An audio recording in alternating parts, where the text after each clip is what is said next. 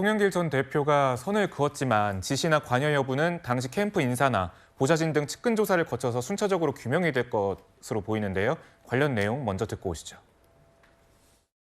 송영길 대표가 파리에서 이정근 전 총장의 개인적 일탈이다라고 말씀을 하셨는데 네.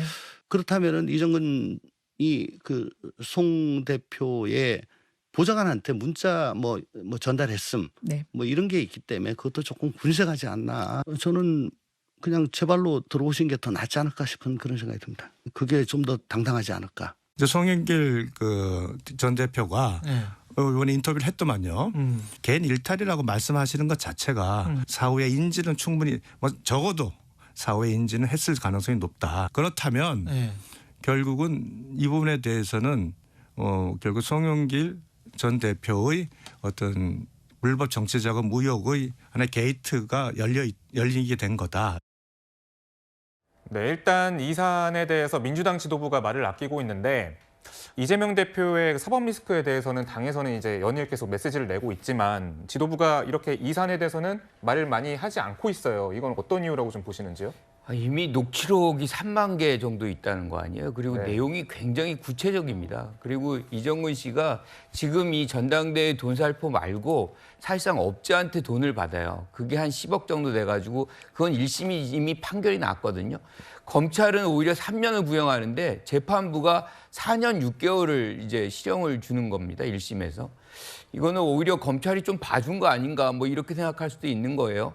그런데 어찌됐건 지금 이정근 씨가 갖고 있는 파일이 3만 개라면 거기서 어떤 내용이 나올지 모르니까 당의 입장에서도 뭐를 먼저 얘기를 해야 될지 그리고 뭐가 얘기를 했을 때 나중에 그것을 반박할 수 있는 자료들이 나온다면 당으로서는 굉장히 당혹스러운 장면이 나올 수밖에 없는 거거든요. 네. 그래서 저는 이 부분을 당이 뭔가 해결하려고 그러면 안 된다고 생각해요. 이거는 외부 인사들이 철저하게 해서 당의 입김이 전혀 들어가지 않는 결과물을 갖고서 국민들께 보고를 드려야만 여기에 관련된 어떤 생각들, 오해들 뭐 이런 것들도 있다면 이게 씻기는 것이지 지금 당이 뭔가를 만진다 하면 이거 자체가 국민들에게 신뢰를 받기 굉장히 어렵다 이렇게 봅니다.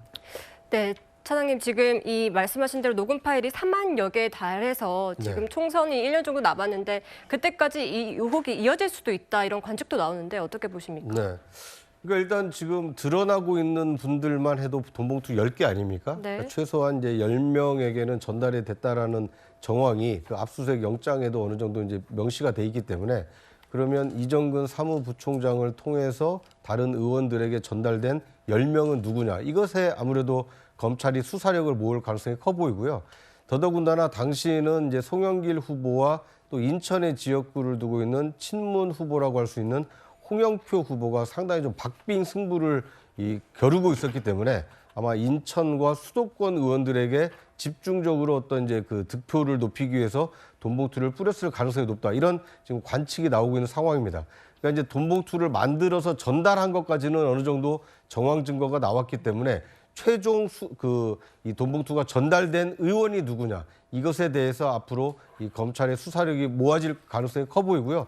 그것이 어느 정도 이제 윤곽이 나온다라면 내년 총선을 앞두고 상당히 큰 파장이 불가피해 보입니다. 네, 정치권 선거운동의 비용은 대부분 선관위의 회계보고가 이루어지고 있는데 지금 논란이 되고 있는 돈은 공식 지출에 잡히지 않는 부분입니다. 먼저 관련 목소리 듣고 오시죠. 돈 내가 내일 주면 안 돼? 내일 오전 10시에 갈 테니까. 이성만이 10시에 만나자대. 왜? 비용 준다고? 받으면 50만 원씩만 정리해서 50만 원씩 이렇게 봉투를 좀 나한테 만들어서 줘. 네, 지금 현재 방금 듣고 오신 목소리에서 구체적인 액수까지 나왔습니다. 근데 대부분 보면은 대의원들, 뭐 지역에 있는 인사들에게 전달이 된다라는 그런 정황인데 이 돈봉투는 도대체 어떤 목적으로 좀 쓰이는 걸까요? 아마 이제 그 돈으로 매표 행위를 하는 거죠. 매표 행위를 표를 사는 거예요. 네. 제가 이제 그 세 가지만 말씀드리면요. 첫째는 이제 그 입증의 문제인데요. 옛날에 그 박희태 의원 사건 있잖아요. 네. 그때는 이제 그 4년 뒤에 고성덕 변호사라고 있잖아요. 네. 우리 유명한. 네. 그분이 그 폭로 그 말만 가지고 이게 유죄가 나와서 징역 8개월에 집행유예 2년이 놓은 거죠. 액수가 300만 원이었어요. 그때는 총 액수가. 제 말에 돈 봉투는요, 폭로한 사람의 말만 가지고도 유죄가 되는데, 문제는 이제 이거는 녹취록 기록이 너무나 명백하잖아요. 따라서 이제 그 유죄 입증은 어려움이 없다. 이걸 첫째 말씀드리고, 두 번째는 이제 형량입니다. 옛날에 박희태 의원은 300만 원으로 징역 8월에 2년을 받았거든요. 근데 이번은 액수가 밝혀진 게 9,400입니다. 물론 저는 이제 빙산의 일각이라고 보지만, 따라서 요즘 이게 또 돈 선거 형량이 높아졌어요. 제가 이제 맡은 사건들 보면 조합장이나 또는 이제 협회장 선거할 때 40~50만씩 주는 거 있잖아요. 이걸로도 이게 다 영장을 청구합니다. 저는 정당법에 다 3년 이하 아닙니까? 따라서 이제 현역 의원이든 지역본부장이든 누구든 지휘고하를 불문하고 전부 구속 수사를 원칙으로 해야 된다. 형량 이 점을 이게 말씀드리고요.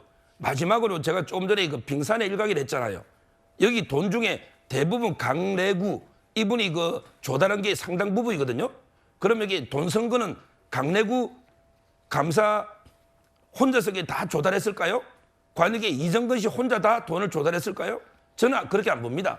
앞으로 이게 더 수사를 확대해서 완전히 돈 선거를 뿌리 뽑아야 된다. 지금 같은 게 우리 선진 OECD 국가의 돈 선거 얼마나 이게 부끄러운 겁니까? 정말 이게 저는 이번에 검찰이 철저하게 수사를 해야 된다 봐요.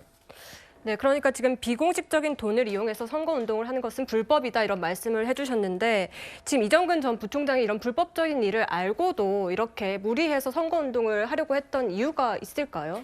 이게 박빙이 되잖아요. 그럼 그런 유혹이 생기죠. 이렇게 해서 돈을 모아가지고 좀 오락가락하는, 즉 입장을 정하지 않은 사람에게 살포를 했을 때 우리가 좀 유리해지지 않겠느냐, 뭐 이런 생각들을 하는데 네. 저는 이런 것들이 결국에는 뭐 지금 당선이 될지언정 지금 이게 다 드러나거든요. 그리고 이 자체로서 민주당이 받을 그 어려움이라는 거는 말도 못하게 큰 겁니다. 지금 정부 여당이 최근에 굉장히 잘못해가지고 민심이 굉장히 이반하고 있는 상황인데 이 사건 하나 터지면서 같이 이 정치권 전체가 사실은 문제가 있구나라고 이제 인식이 되게 하는 것이죠. 정치에 대한 불신을 심화시키는 것이기 때문에 이 돈에 관해서는 더 투명하게 해야 되는 것이고, 따라서 이번은 민주당이 완전히 새롭게 태어나는 계기로 스스로가 검찰 수사는 뭐 당연히 진행되겠죠. 하지만 자체 조사도 엄중하게 해서 국민들에게 좀 알려줄 필요가 있겠다 이렇게 봅니다. 네, 지금까지 상황은 어떻게 보면 수사 그리고 법적인 상황을 좀 짚어봤는데 여기서 딱 한 가지만 이 정치권적인 시각으로 좀 봤을 때 이 사건이 어떻게 좀 파장이 튈 수 있을까 좀 고민해 보면 2021년 당시 전당대회 때 그때 상대 후보가 홍영표 의원이었습니다. 이제 친문계 의원이었죠. 그런데 송영길 전 대표는 이재명 대표의 용태론이 나왔을 때마다 이재명 대표 용태론 흔들어서는 안 된다라면서 방어를 많이 해줬습니다. 그렇게 따지면 이 사건이 홍영표 의원과 상대로 해서 송영길 전 대표가 이겼던 이 전당대회가 현재 수사에 지금 착수된 상황인 거잖아요. 네. 어떻게 보면은 개파 간의 갈등으로 다시 비화되는 것이 아니냐라는 우려도 나올 수 있을 것 같아요.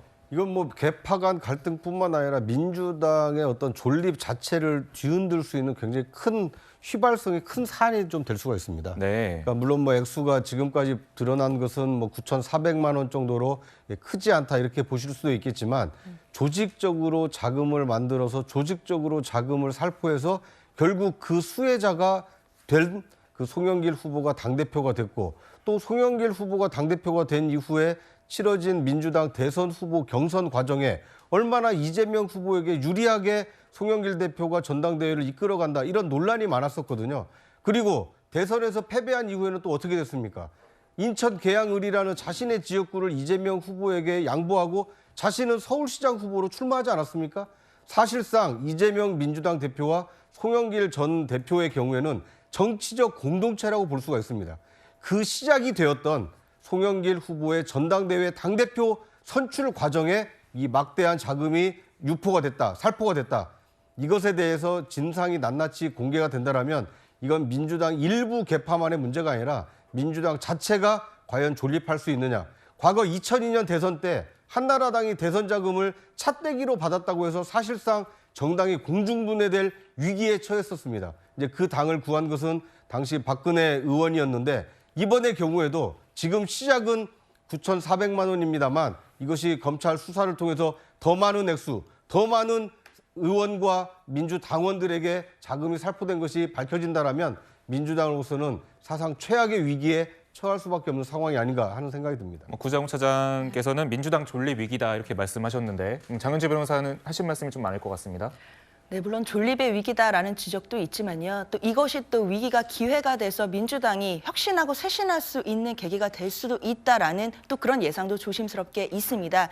왜냐하면 민주당이 169석이라는 거대한 그런 야당이거든요. 그리고 그 안에서 세대 교체 요구라든지 그리고 기득권화된 정치인에 대해서 그동안 성토들이 많았습니다. 그러나 대선 패배 이후에 과연 민주당이 어떤 혁신을 했느냐에 대해서는 국민들께 대답드릴 말씀이 별로 없을 정도로 사실 혁신의 모습보다는 좀 너무 좀 끌려가는 모습, 수세적인 모습들을 많이 보여줬거든요. 그러나 이제는 민주당 내부에 이런 전당대회 돈살포 의혹뿐만이 아니라 그동안에 뭔가 썩어 있고 병들어 있었던 것이 있었다라고 한다면 이번에는 정말 팔을 잘라내고 살을 도려내는 마음으로 수술을 해야 된다고 생각이 듭니다. 그렇게 진상조사를 통해서 새롭게 거듭난다면 또 국민들께 한 발자국 더 다가갈 수 있는 계기도 분명히 될 수 있는 것이고요. 더 나아가서 지금은 계파 갈등까지 좀 언급이 되는 상황이지만 2021년 5월에 전당대회가 있었고 이 돈살포 의혹은 이제 4월경이었는데요. 그때만 해도 이재명 대표가 어떤 친명 계열이 확실하게 있던 때도 아닙니다. 그렇기 때문에 어떤 계파 갈등이나 이런 부분이 더 확산될 것 같지는 않고 다만 이 진상조사가 어떻게 되느냐에 따라 당의 명운이 걸린 것만큼은 분명하다 이런 말씀 드리겠습니다.